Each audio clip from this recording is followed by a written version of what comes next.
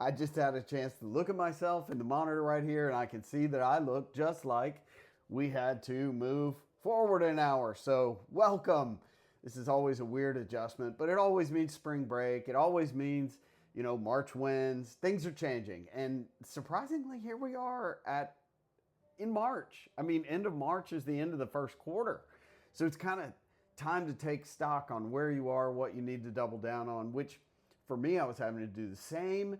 I went back like a complete and total nerd last week and was revisiting the 4-hour work week because in it are a lot of very good suggestions on how to use your time and or how to manage. We can't do anything with time, right? It just keeps on ticking. I keep being reminded of that.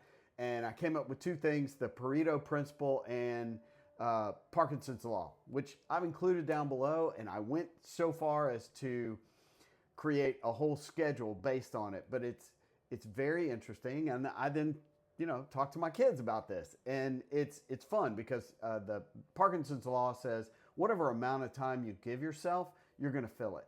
So if you say, oh, we'll just do that next week, you'll give it 10 days. But if you say, we're going to do it and we're going to do it by lunch today, then you just, boom, go deep focus in it and get it done. Lots of stuff going on last week. KW sold a huge chunk of their company to private equity, CoreLogic, who actually I get a lot of data from them, interestingly.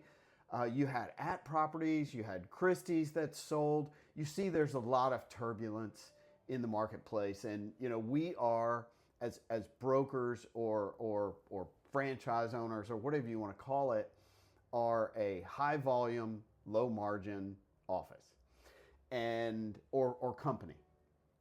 And the last few years, as the transactions have moved down, we were below 4 million last year. We were at 6 million 3 years ago. And as that volume moves down, you find out, as Warren Buffett says, when the tide goes out, who's got their clothes on or bathing suits on or not. And you've seen it, you can feel it. You've seen it with other agents too, who forgot how to really, organize their day and get things done. So that's why a lot of the reason I included that in here. You've even seen shakeups corporately from everyone, including RE/MAX, only because they're looking at returns. They're looking at earnings. And the fact of the matter is, it's been really, really hard. And then you've seen all this competition for the bottom, for the lowest fees possible.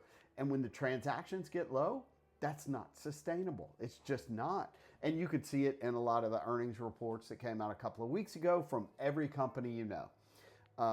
Okay, that's enough of that. Pareto Principle down there. What I need to tell you is that you are the leader, the number one RE/MAX group office, RE/MAX 1, that most transactions in the entire state, once again.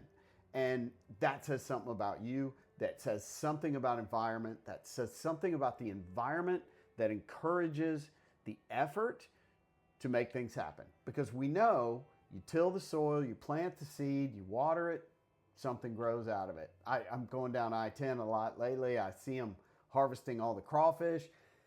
This is going to be a good season. Don't forget to let your people know about mortgage rates. Check that Mortgage News Daily. If you don't have the app on the phone, look at it every day.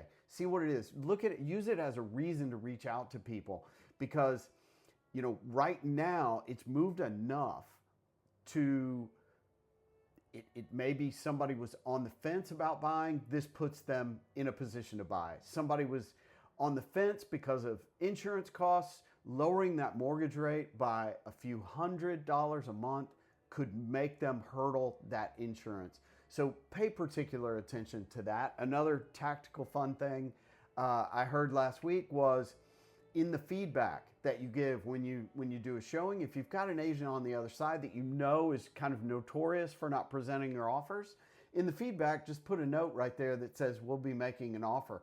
That goes, most of us let the seller see so it doesn't have to feed through us, helps us get our prices right as we're moving through the listings, but just put that in there. So then the seller's going to see it and they're going to ask their agent, where's the offer? Anyway, we will talk to you soon. Have a great spring break if you're on it.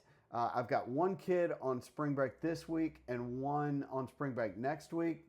So you could be on either one, but I hope you make some time to enjoy yourself and have a great time. We'll see you soon.